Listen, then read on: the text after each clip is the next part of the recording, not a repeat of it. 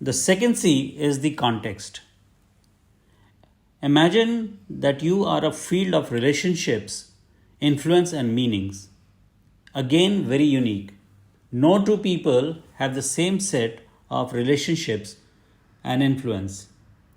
In fact, the more unchartered is your path, the more likely it is your true path. The second part to the context is that your context shapes you. It shrink wraps your reality to its dimensions. When you change your context, you also change. So, the net summary of the context is that each one of us is uniquely positioned, a unique combination of qualities, opportunities, and challenges. Our purpose is to be true to ourselves.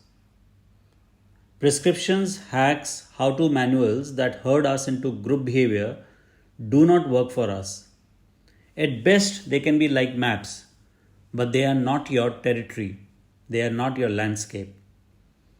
Even Lord Krishna says in Bhagavad Gita, one's own duty performed even faultily is preferable to another's duty performed well.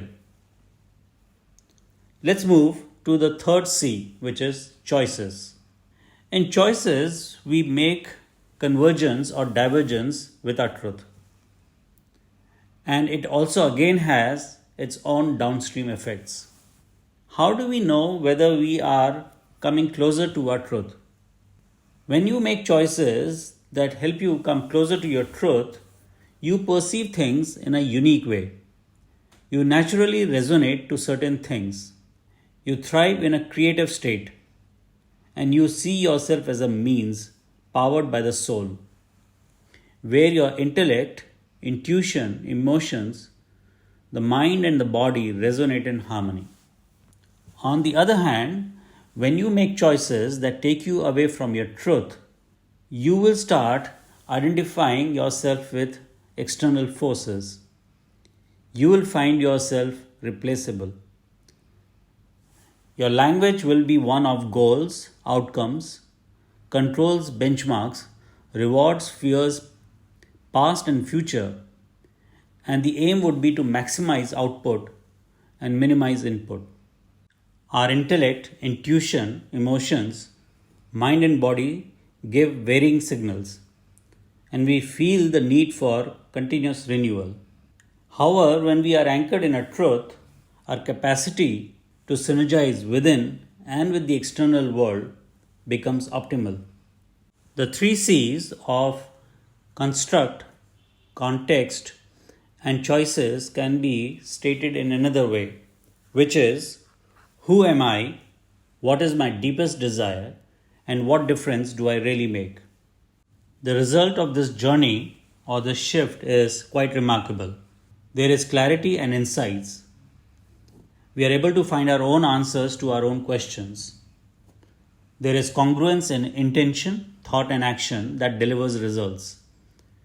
We are powered by our own truths, and we are able to create value for self and others using our unique gifts. In short, when we are able to create a game inside out using this kind of a framework or this perspective, we create a living personal blueprint that is relevant for a long time to come. And here is now one final submission. You might have a question as to how is this approach different from, say, coaching or conventional thinking. I call this approach the transformative thinking.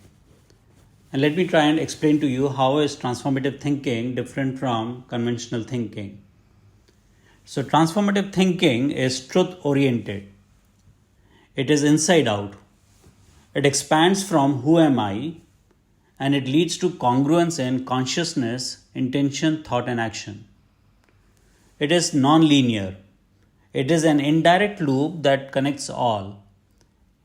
It has an impact on various dimensions of life.